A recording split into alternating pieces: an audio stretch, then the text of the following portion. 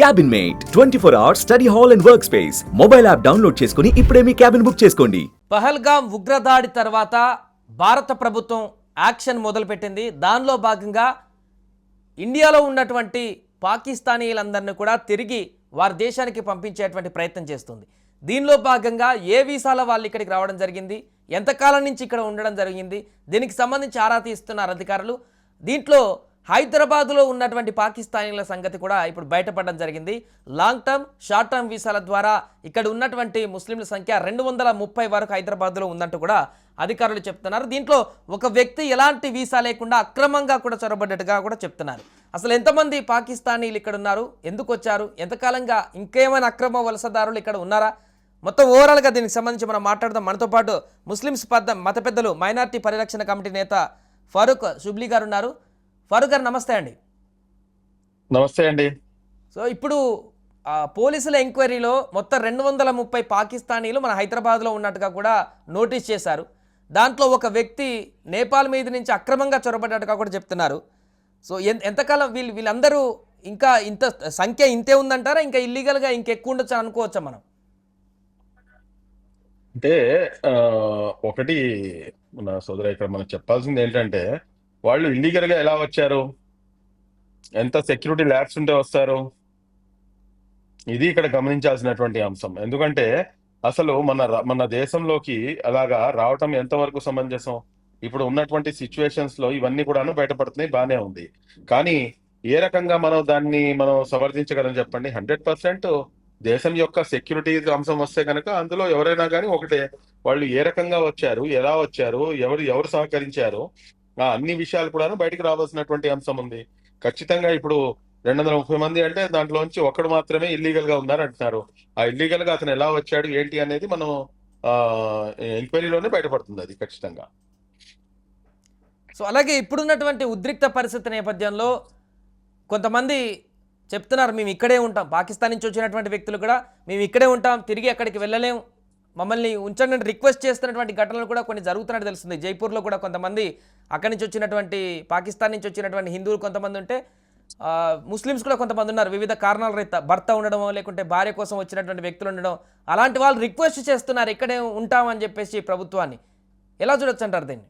ఇది ఈ పాకిస్తాన్ యొక్క ఈ దుశ్చర్యలు ఇలాగే కనుక కొనసాగుతుంటే కనుక ఏదో ఒక రోజు వస్తుంది, యావత్తు పాకిస్తాన్ ప్రజలందరూ కూడాను మేము ఇంకా మా వల్ల కాదు, ఈ ప్రభుత్వంను దాని తర్వాత అక్కడ ఉన్నటువంటి ఏదైతే ఆర్మీ ఉందో వీళ్ళిద్దరు కూడాను ఒకళ్ళు కొట్టుకొని సావడమే సరిపోతూ ఉంటుంది. అక్కడ మనకు అందరికీ తెలిసిందే ఎవరిపై చేయి సాధించాలి అని చెప్పేసి.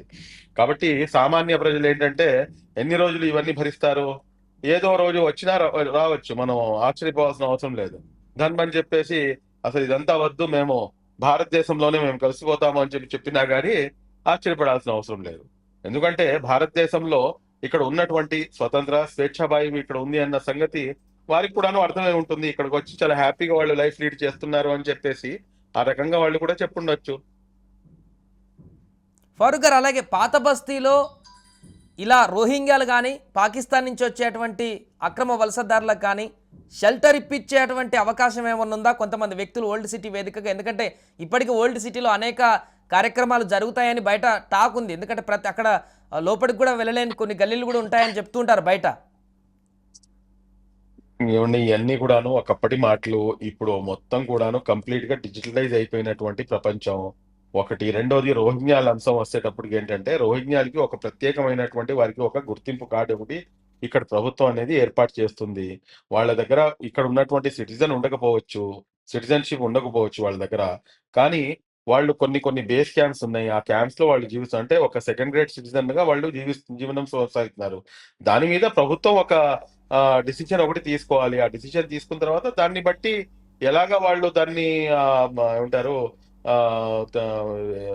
ఇక్కడ ఉంచాలా లేకపోతే పంపించేయాలా, ఏం చేయాలనేది అది ప్రభుత్వం నిర్ణయంపై ఆధారపడి ఉంటుంది. రైట్. ఇదిలా ఉంటే మరొక వైపు అటు పాకిస్తాన్ బార్డర్లో కానీ ఇండియా బార్డర్లో కానీ యుద్ధ మేఘాలు కమ్ముకున్న సంగతి మనం చూస్తున్నాం.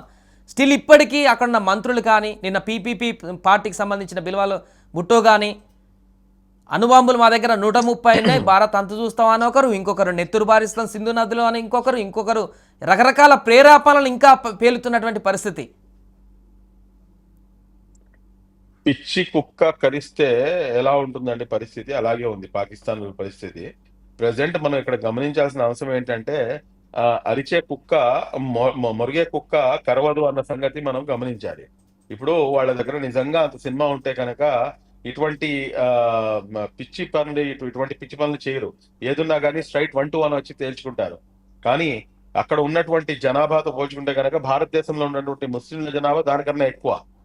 కాబట్టి వాళ్ళు ఏంటంటే ఏదో విధంగా ప్రజలుకి డిఫరెంట్ గా ఏదో ఒకటి చెప్పాలి, ఏదో ఒకటి చేయాలి అని చెప్పేసి ఒక ప్రగల్భాలకు పోతున్నారు అంతే తప్పించి వాళ్ళ దగ్గర అంత సినిమా లేదు. వాళ్ళు చేసినటువంటి పన్నాగం ఏంటంటే ఏదో విధంగా ముస్లిం సమాజాన్ని విడదీయాలి, ముస్లిం సమాజం మరియు హిందూ సమాజం మధ్యలో ఒక అగాధాన్ని సృష్టించి ఒక మైండ్ గేమ్ ఆడాలి అన్న దాంట్లో పాకిస్తాన్ పూర్తిగా ఆ దిశగా అడుగులు వేస్తుంది అంతే తప్పించి మాతో భారతదేశంతో ఫైట్ చేసేంత సినిమా అయితే పాకిస్తాన్ కి లేదు అన్న సంగతి గతంలో కూడా ప్రూవ్ అయింది. ఇప్పుడు ఉన్న పరిస్థితిలో కూడాను అదే జరుగుతుంది. ఇప్పుడు మన భారతదేశం యొక్క స్ట్రెంగ్త్ ఏంటి అనేది ప్రపంచ దేశాలన్నిటికీ కూడా తెలుసు. కాబట్టి పాకిస్తాన్ ఏంటంటే ఏదో విధంగా జస్ట్ ఒక నర్మగర్భంగా వాళ్ళు ఇటువంటి డైలాగ్స్ వేస్తూ సమయాన్ని గడుపుతూ వెళ్తున్నారు అంతే తప్పించి they can't do anything. Farooq గారు, ఒకటి, ప్రపంచంలో ఉన్నటువంటి అన్ని దేశాలు కూడా భారత్ తీసుకునే నిర్ణయం ఏదైనా కూడా మేము వెనుకుంటామని చెప్తుంది. బట్ చైనా దేశానికి సంబంధించినటువంటి ఒక అనుమానమే కొనసాగుతుంది. ఉగ్రదాడి ఖండించినప్పటికీ కూడా యుద్ధం మొదలైతే చైనా ఎలాంటి గుసలు కొట్టేటువంటి అవకాశం ఉంది పాక్ ఇండియా యుద్ధానికి సంబంధించి? అవునండి, దానికి అవకాశం ఎవరిచ్చారు? దానికి అవకాశం మనమే కదా కల్పించింది.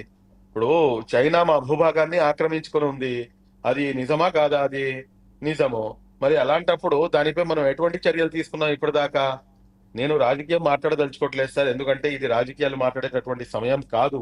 కానీ ఇటువంటి స్లో ఇది ఉంటే కనుక ఖచ్చితంగా ఏంటంటే వాళ్ళు రెచ్చిపోయే అవకాశం ఉంటుంది. కానీ ఖచ్చితంగా నాకు తెలిసినంత వరకు మటుకు డెఫినెట్లీ వాళ్ళు భారతదేశానికే అనుకూలంగా ఉండాల్సినటువంటి పరిస్థితి ఉంటుంది ఇంటర్నేషనల్ లెవెల్లో చూసుకున్నా కూడా కానీ అని చెప్పేసి నేను భావిస్తున్నాను.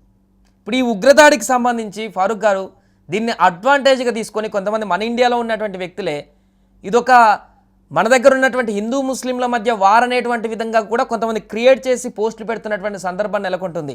అక్కడ చాలామంది మీలాంటి వాళ్ళు ఖండిస్తున్నారు, ఈ దాడికి సంబంధించి వాళ్ళని శిక్షించాలని చెప్తున్నారు. వీలైతే పాకిస్తాన్తో యుద్ధం చేస్తే మేమే ముందుంటామని చెప్పేసి పిలుపునిస్తున్నా మీలాంటి పెద్దవాళ్ళు కూడా ఉన్నారు. అయినా ఇక్కడ ముస్లింలు హిందువుల మధ్య రగిల్చినటువంటి చిచ్చుగానే భావించేటువంటి పెట్టి మెసేజ్లు కామెంట్లకు కానీ అలాంటి వాళ్ళకి కానీ ఏం చెప్తారు మీరు? నాకు తెలిసినంత వరకు అండి చాలా బోల్డ్ గా నేను చెప్తాను ఆ విషయంలో. ఏదైతే ఈ పాకిస్తాన్ ఉగ్రవాదులకి వీళ్ళు ఏమన్నా స్లీపర్ సెల్స్ గా పనిచేస్తున్నారా అని చెప్పేసి అనుమానం నాకు. ఎందుకంటే పాకిస్తాన్ ఇటువంటి దుశ్చర్య చేయడానికి గల కారణం ఏమిటి? ఒకటే కారణం. ఆ కారణం ఏంటంటే ఏదో విధంగా ఇక్కడ హిందూ ముస్లింల మధ్య ఒక అగాధం అనేది ఏర్పాటు చేయాలి, లేకపోతే ఆ అగాధాన్ని సృష్టించి తద్వారా లబ్ధి చెందాలి అనేది వారి యొక్క కుట్ర కోణము. ఈ రోజు భారతదేశంలో అందరం కూడాను కుల మతాలకు అతీతంగా, విధంగా పార్టీలకు అతీతంగా, అదే విధంగా మాకు ఉన్నటువంటి భిన్నాభిప్రాయాలకు అతీతంగా వీఆర్ ఇండియన్స్ అన్న నినాదంతో మనం ముందుకు కూర్చోవాల్సినటువంటి అవసరం ఉంది.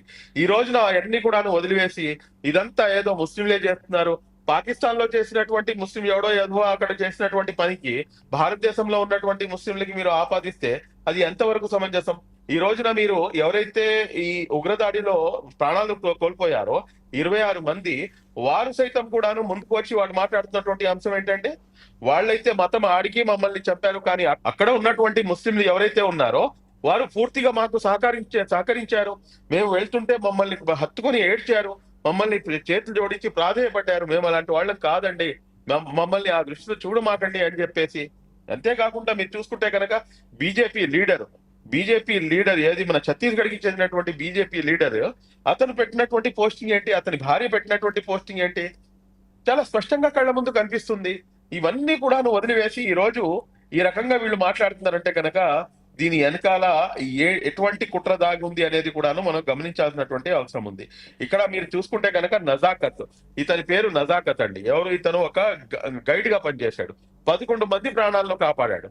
ఈ నజాకత్ చేసినటువంటి పనికి బీజేపీ లీడర్ కి అతనికి 3 సంవత్సరాలు పిల్లోడు. ఆ వీడియో కూడాను వైరల్ అవుతుంది. ఆ వీడియో కూడా నేను మీకు షేర్ చేస్తాను.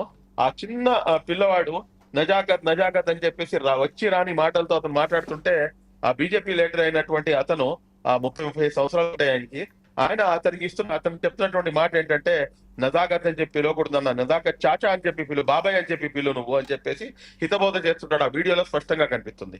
ఇక్కడికి వాళ్ళు తిరిగి వచ్చేసిన తర్వాత వాళ్ళు పెట్టినటువంటి పోస్టింగ్ చాలా స్పష్టంగా ఉంది. ఈ రోజున మన అన్ని సోషల్ మీడియా బీజేపీ, లిటరల్లీ బీజేపీకి వాళ్ళు ఉన్నటువంటి నాయకులు వాళ్ళు మాట్లాడుతున్నటువంటి మాట ఏమిటి?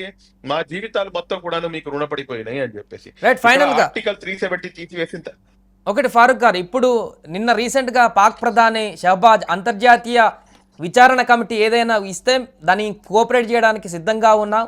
అలాగే అటు టీఆర్ఎఫ్ అనేటువంటి సంస్థ కూడా మొదట మేమే ఈ దాడులు పాల్పడ్డాం అని చెప్పి ఇప్పుడు మళ్ళీ వెనకడుగు వేస్తున్నటువంటి సందర్భం, యూటర్న్ తీసుకున్నటువంటి సందర్భాలు ఈ 2 అంశాలను చూస్తున్నాం.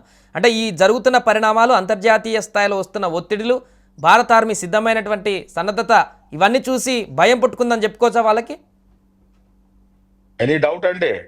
100%. ఎందుకంటే వాళ్ళ యొక్క పరిస్థితి, వాళ్ళు ఎక్స్ప్లెనేషన్ ఇచ్చుకునే పరిస్థితిలోకి దిగజారిపోయారు. కాబట్టి దీన్నైతే మనం క్షమించకూడదండి. ఈ మూమెంట్ ని ఖచ్చితంగా ఎన్క్యాచ్ చేయాల్సినటువంటి అవసరం ఉంది. మొత్తం భారతదేశం ఒక కుటుంబం మాదిరిగా ఈ రోజు ప్రధానమంత్రి నరేంద్ర మోదీ గారికి వెన్నంటూ ఉన్నాము.